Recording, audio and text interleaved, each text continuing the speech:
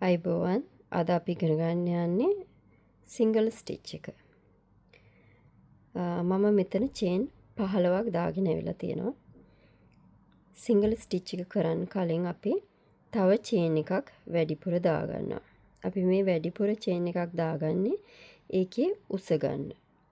ඊට පස්සේ අපි කරන්නේ මේ පළවෙනි එකට නෙවෙයි දෙවෙනි එකට මේ කටුව ඇතුල් කරනවා. කටුව ඇතුල් කරලා මේ නූල පටලවලා අරගන්නවා. එහෙම අරගත්තාම අපිට මේ නූල් දෙකක් ඉතුරු වෙනවා කටුව උඩ. ඊට පස්සේ අපි කරන්නේ ආයේ කටුව පටලවලා අරගෙන මේ නූල් දෙක අතාරිනවා. අපි දැන් සිංගල් ස්ටිච් එකක් දාගත්තා. ඊට පස්සේ දෙවෙනි එක දාගමු. අපි ආයෙත් කටුව පටලව ගත්තා. ඇදලා ගත්තා. එතකොට අපිට නූල් දෙකක් තියෙනවා. අපි මේ නූල් දෙකම මෙහෙම අතෑරියා. තව එකක් දාලා බලමු. 3යි.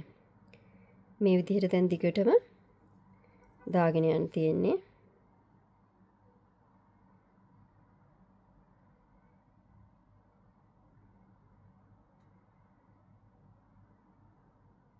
හතරයි. මම දැන් මෙහෙම දිගටම ගොතාගෙන ගිහිල්ලා වෙලා කොහොමද දෙවෙනි පේලිය ගොතන්නේ කියලා කියලා දෙන්නම්. ඔයාලත් චේන් 15ක් 10ක් 20ක් කැමති ගානක් දාගෙන සිංගල් ස්ටිච් එක දාගෙන එන්න. මම ගොතාගෙන ආයෙත් එන්න. දැන් මම මෙතන සිංගල් ස්ටිච් 14ක් ගොතාගෙන තියෙන්නේ. දැන් මම 15 වෙනි එක ගොතා ගන්න යන්නේ. 15 වෙනි එක මෙහෙම ගෙතුවා. අපි ඊළඟ වටේ ගොතන්න කලින් මෙහෙම චේන් එකක් දාගන්නවා. දාගෙන මේ ගෙතුම අනිත් පැත්ත හරවනවා. අනිත් පැත්ත හරවලා මේ පළවෙනි එකට නෙමෙයි මේ දෙවෙනි එකට. මේ දෙවෙනි එකට මෙහෙම ආයෙත් සිංගල් ස්ටිච් එකක් ගොතා ගන්නවා. 1යි 2යි 3යි 4යි 5යි 6යි 7යි 8යි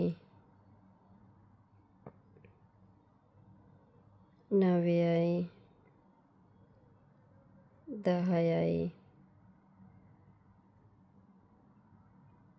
11යි මේව දැන් දිගටම ගොතාගෙන 12යි 13යි 14යි 15යි. දැන් ඔයාලා හොඳට බලන්න මම ආයෙත් 14ක් ගොතාගෙන තියෙන්නේ. 1යි 2යි 3යි 4යි 5යි 6යි 7යි 8යි 9යි 10යි 11යි 12යි 13යි 14යි.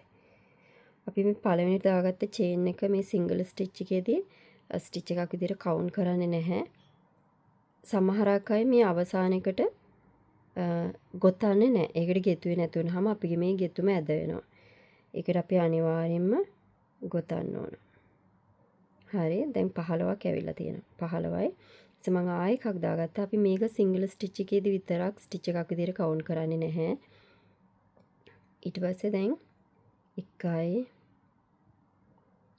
2යි 3යි මෙහෙම දිගටම ගොතාගෙන යමු. මම පේලි 5ක් විතර උඩට ගොතාගෙන ඇවිල්ලා ඔයාලට පෙන්නන්නම්.